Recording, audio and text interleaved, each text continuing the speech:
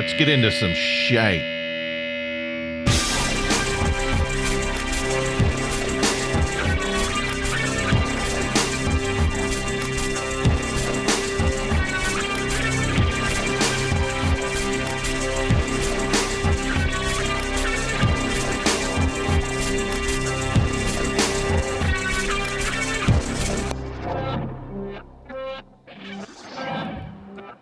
Greetings, people. Welcome back. I was on vacation last week, and here we're back again, the Out of Tune podcast. Thanks for joining me. I'm fasting today, so I'm going to warn you, it might be a little bit irritable, and don't want to be. In fact, you know what? I'm not. It's none of your business. Don't ask me. All right, screw you. Just back off. I knew that was going to happen. I'm going to apologize a lot today, I guess. That kind of happens when I start fasting, get a little irritable and get some headaches and stuff like that. But anyway, so back in my 30s, I used to fast every Tuesday, all day long. And I don't know that I've ever felt better in my entire life. I don't like fasting. In fact, I hate it. But overall, I just felt good. Had more energy. I just felt more, I felt more functional as a human being, and lost weight. It helped kind of maintain and manage my weight. Well, now that I'm an old guy, I need that even more. So I'm trying to see if I could go back and do it again. And I hate fasting, but anyway, I'm doing it. I'm going to try not to be irritable. How have you been? How's it been going out there? Like I said, I went on vacation. I talked about it. And I went on vacation. I got back. I intended to do a show immediately. But it was like I was in the middle of the week. I was, when you get back from a vacation, you kind of have to you sort of have to restart your life, reset your life, push the little reset button and get everything going again. And that's sort of what happened. And so it started getting close to this show. And I was just like, I'm just going to kind of hold off and wait and do a regular show. Okay. And so that's what happened. So we had a little vacation. That's good. This is episode 99. Welcome to episode 99. We're in the last of the double digits on the Out of Tune podcast. Next week, episode 100, I'm going to try to have something special. I do have a guest lined up if the guest doesn't back out. And we'll see if we can have an interesting 100th episode of the show. Should I look back on things? No. See, I don't look back. I'm not a big look backer. I'm not a nostalgic person necessarily. I do like to kind of go back and go, oh, remember when. But I don't like to celebrate it. I don't like to make a big deal about it, make a big party. So I don't think I'm going to do too much on looking. If you want, you could do it. Just play old episodes and go, oh, I remember when that piece of crap came across. Yeah, I remember being disappointed at that episode. Yeah. Do it yourself. Just do your own thing. I don't have time for you. God, see, there I go again. Today I'm drinking coffee. Got a nice little warm cup of coffee. I might be fasting, but coffee is not in my fast. Okay? It's not a part of my fast. I'm still going to do coffee. So I have my coffee. It's the only thing I get today. Oh, man. All right. Vacation was cool. I'll tell you a little bit about it here. First of all, let me tell you, if you don't know anything about the podcast, welcome to the podcast, the Out of Tune podcast. We're a short little podcast. Doesn't last that long. It's free. You don't have to pay. There's no ads, at least right now. No ads. It's just hanging out. Maybe having a good time, maybe learning something. You get to participate in the show. How? Just call our listener line, 678-348-0008, and you could say whatever you want, and I'll put you on the podcast as soon as I can. I'll put your voice on the podcast.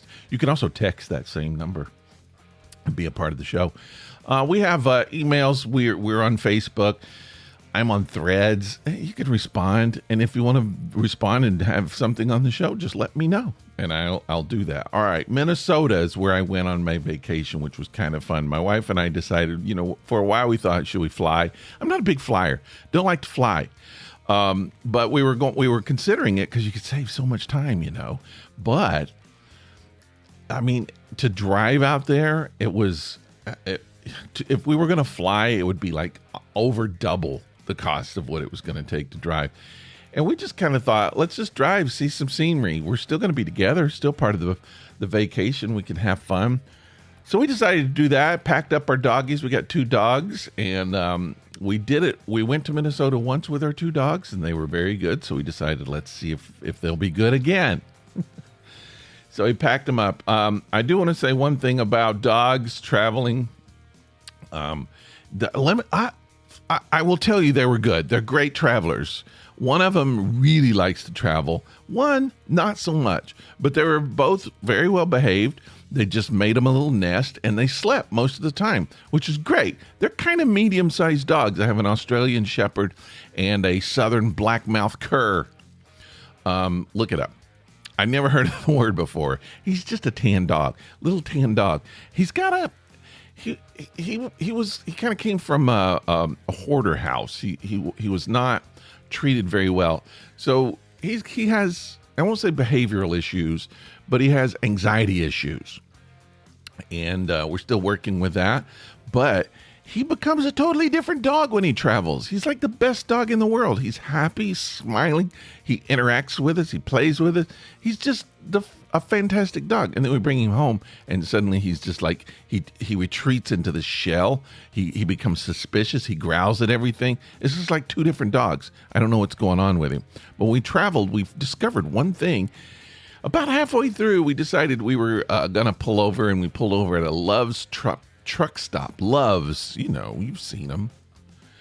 And we had no idea, but this Love's truck stop had a dog park. And that was great because we could just let them out, run around. They could do their business. They could stretch out, have a little bit of fun, and then park. And this is like what we do, but we do it inside Love's. They do it outside Love's. And that was awesome. And they had a good time. So we looked it up. We discovered that almost every Love's travel stop has a dog park.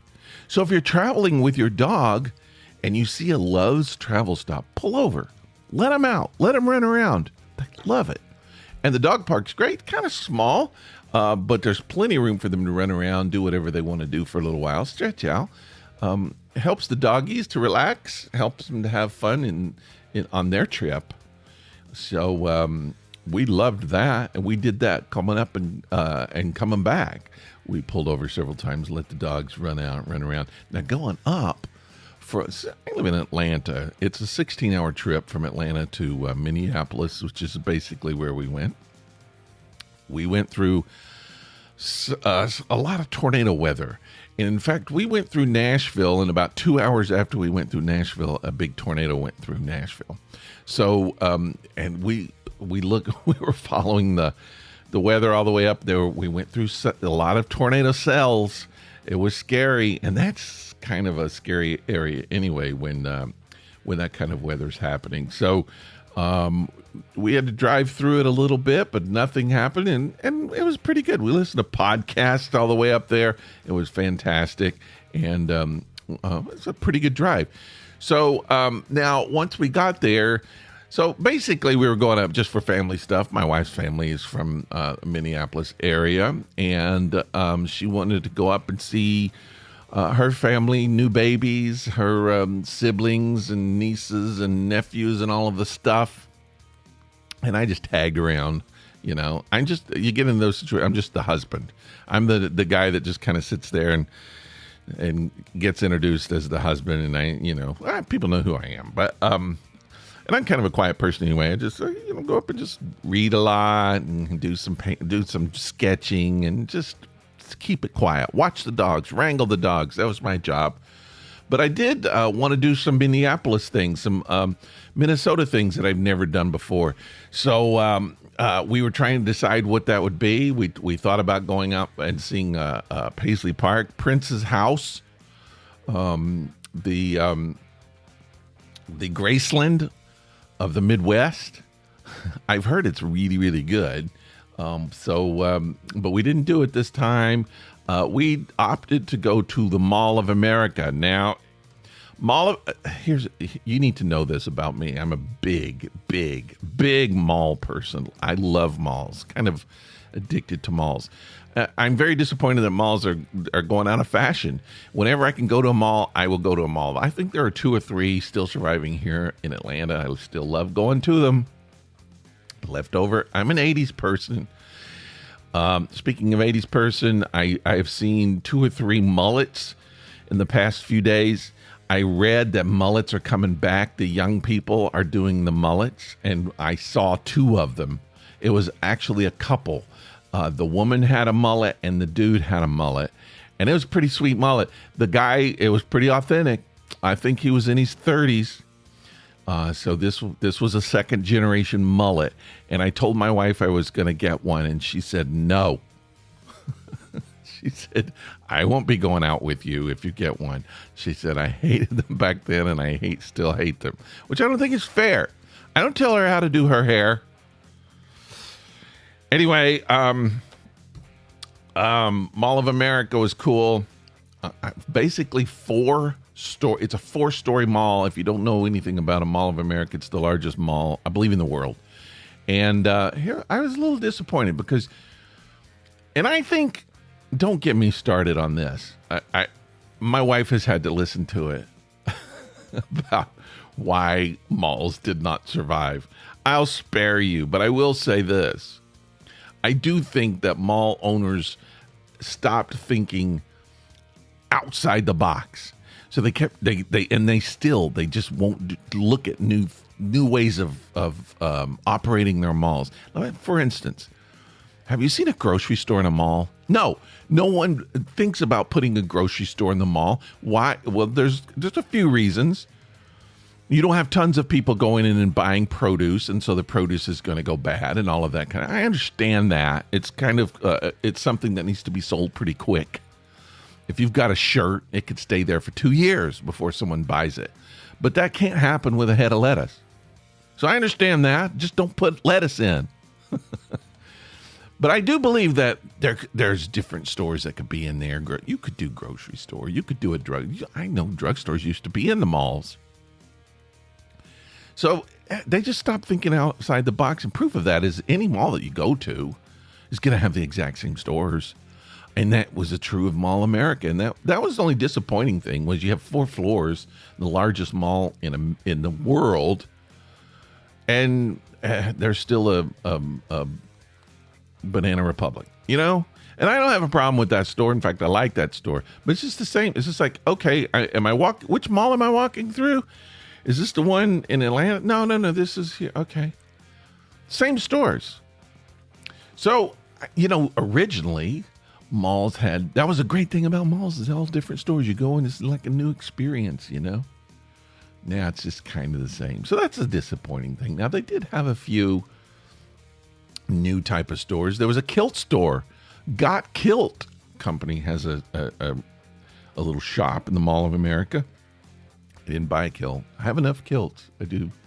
But there were a few kind of new and unique original stores, and that's good for the Mall of America. I don't know that other malls do that. They don't have the opportunity to do it, but I guess if you're a giant mall, you can do it.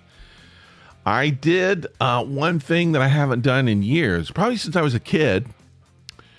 I had an Orange Julius. You remember that in the malls? The Orange Julius. Are you old enough to remember the Orange Julius? It used to just be a regular store, the Orange Julius, and you bought an Orange Julius, and you could also buy hot dogs and other things like that.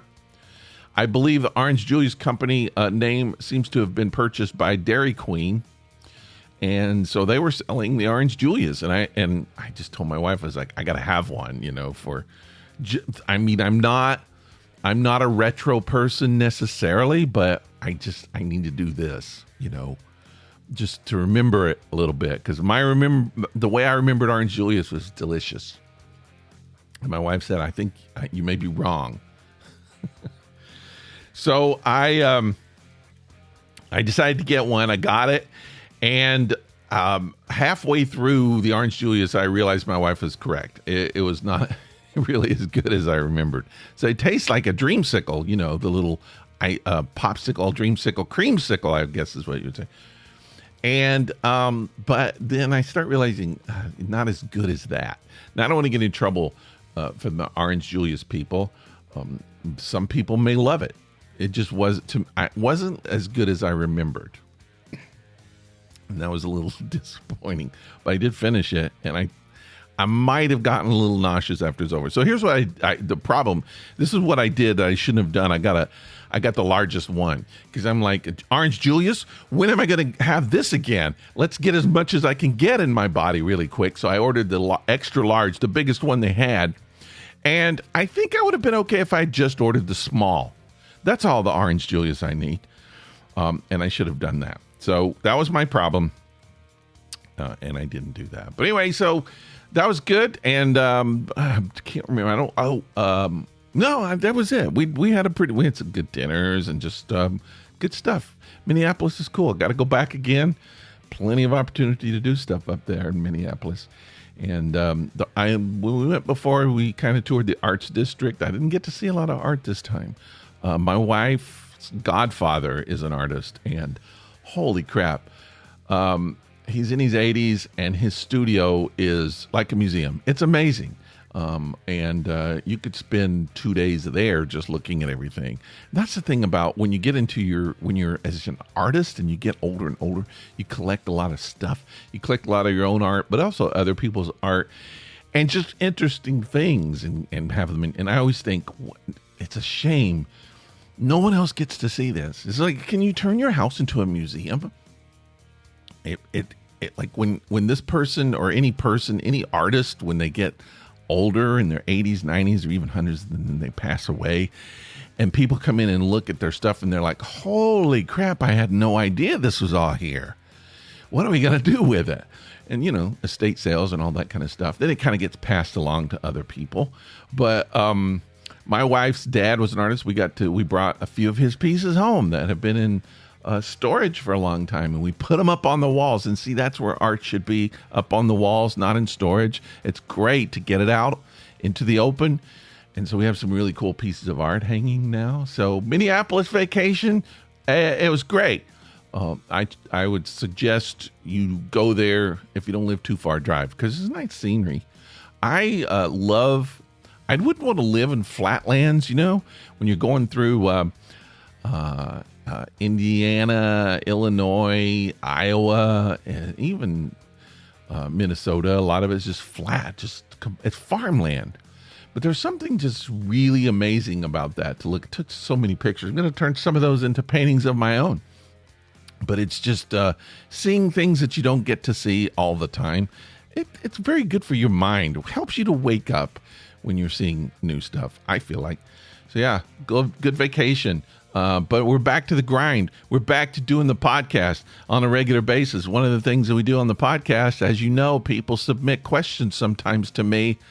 Any questions at all. I don't even care. I don't make it, just whatever you want to know. It could be about me. It could be about somebody else. It could be about just general knowledge, seeing if I know something. Maybe I don't. Probably I don't. And I read 3 of them. Today we got 3 questions on the air, and I'm not going to wear my glasses, and I'm going to try to read them. All right, number 1, have you ever been stalked? I'm assuming that doesn't have to do with corn. I went through Iowa, so that's what I'm thinking, stalked corn. No, stalked as in a stalker. Now, here's an interesting thing. You may not realize it. I think I've been not dangerously stalked. I don't know that for a fact. But at least how it was portrayed didn't come off as being overly dangerous. But I think I've been stalked probably more times than the average person. Okay? At least for a dude. And I'm not Brad Pitt. I'm not George Clooney. I'm not, Zac Efron. I'm not those people. I had to do somebody from an earlier era just so people know my references aren't that old. But I've had, so here's what I can remember. Right after college, I think, I got a letter in the mail, no return address, no signature. Still to this day, I don't know who sent it. And it kind of taunted me. It was like, do you want to know who this is? I'll bet you do. And then it was full of just a lot of kind of strange, non sequitur. I don't think it had poetry, but it was just like weird writings, just kind of crazy stuff in a way. But it wasn't written crazy. It had good, nice handwriting, so they had to be good, right? I consider that a stalking thing. Someone who took the time to send me an anonymous letter. Well, this was before emails. It's easier to do it now, but I remember that. I don't know if I still have it. It was kind of creepy, but that's the kind of thing that could really drive me crazy, because I'm the kind of person that needs to know where that came from, and I have to research. It's easier to research now, but I got that. And then I was living in Knoxville, my hometown, at the time when I received an email. I was working for a company. This was right before I was getting ready to get married again. And I received an email from someone. And the email informed me that they worked for the local government. They worked for the county city government, I guess. And they found my email address and my address from that job. So they used their job to find information about me. That's kind of scary. And they sent me an email basically saying, I kind of followed you for a while. I don't know, physically follow, but like follow you on the internet. I at the time I was a cartoonist. I had stuff that appeared publicly. I did acting. I was on a public stage. I think I was still doing stand-up, maybe. I don't know about that. So, I mean, I was sort of visible. And this person said, I'm kind of interested in you. Maybe, we could go out sometime. Whoa. I mean, they seemed okay, but it's stalky. That's weird. So, like, if a dude did that to a girl, everybody would just say, get protection quickly. Call the cops. I think it's flattering, but it's also a little bit scary. But I informed the person, no, I can't go out with you because I'm engaged to be married. And they basically said, oh, okay, I'm sorry. That information wasn't in my government sheet. And then they left me alone. Never heard from him again. Never found out who it was. So that's weird, right? And then a letter. I'd moved to Chattanooga by this time. I got a letter at my place of business. A letter arrived, and this person said they lived in Nashville. Now, I lived in Chattanooga, so who do I know in Nashville? I don't know. They said they were an attorney, and they followed my kilt adventures online, and they kind of developed a crush on me and didn't want to say who they were, but they wanted to let me know. That's kind of creepy, right? It's flattering, but when somebody approaches it like that, it's just like, oh, you're looking at me and I don't know it.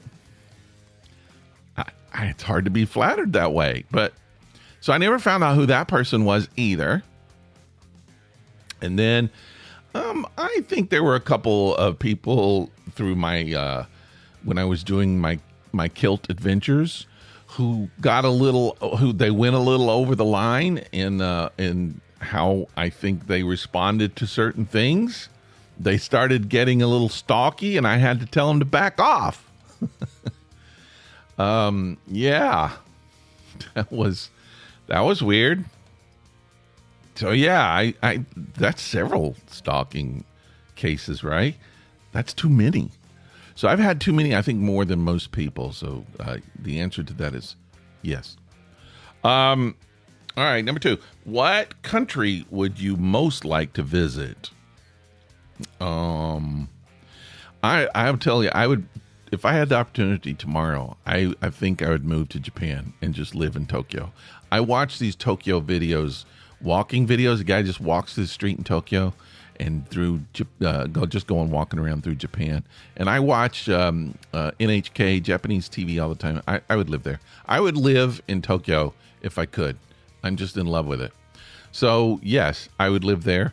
I would love to visit probably the England, just Great Britain, England, Ireland, Scotland, Wales, just that whole area. I'd like to go and visit there. And I don't know. There's potential. I've seen where, like in Ireland or Scotland, where people are saying, "Here's an island you could buy. Move to the island for $50,000 or whatever, and you can own your own private little island." I get tempted by that sometimes. I think I would do that, especially as I don't know. I'd say as I get older, but as you get older, you don't need to be secluded as much. You can't just run to the Walmart when you have a little island like that. You got to grow your own stuff. You got to stockpile things. You go out once a week, once a month, and buy a bunch of stuff. Put it in your pantry. Hope that you get the right things that you're going to need. So I don't know. But I love the country. I'd like to go see it. Maybe live there. So one of the two. Probably Japan. I think I might want to go to Tokyo. Okay, number 3. What is your most childish trait? I'm sorry, I don't have my glasses on. What is your most childish trait? There's so many to choose from. I'm going to say my sense of humor. So my wife and I have this really, really bad habit of trying to turn everything into something dirty. And we do that knowing that we don't have kids. We don't have to have a behavior that's any better than that. So we're constantly trying to make anything that the other person says dirty. And it's very childish. And so my wife does this thing, which I picked up on. And anytime you ask her a question, the answer invariably is your mother's butt, your mom's butt. And that was irritating at first. And then I started doing it, and now it's really fun. And it's sort of like, that's what she said. It's like anytime somebody says something, you just say your mom's butt. And it's I don't know, it's kind of fun. It's childish, I know. But it's kind of fun. So that would have to be probably my sense of humor. And what's hard is you do that. This is hard. You do this for a while, and then you get into the habit, and then you go out, and then you're out in public, and someone says something to you, and it's just so difficult not to say your mom's butt. And I think there might have been a couple of times when I've said it, and people just look at me, and I'm just like, I'm sorry, I'm just kind of kidding. But how do you stop? You can't. It's just very difficult to stop. But yeah, that would be my most childish trait. I have to think. But if those are not any good, hey, I got tons of them. I got lots of them, a whole bunch of them that I could share with you. I do want to cover one thing really quick. We talk about a lot of fun stuff. Well, I'll save it for the next. We're at the end of the podcast. We're at the very end of the podcast. I don't want to start a new topic, do I? No! I'm just going to keep it short. Hey, next time, episode 100. It's going to be fun. Join us, okay?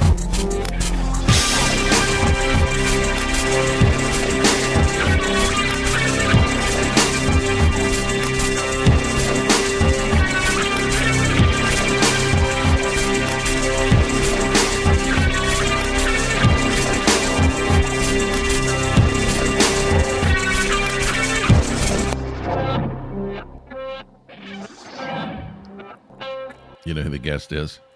Yeah, your mom's butt.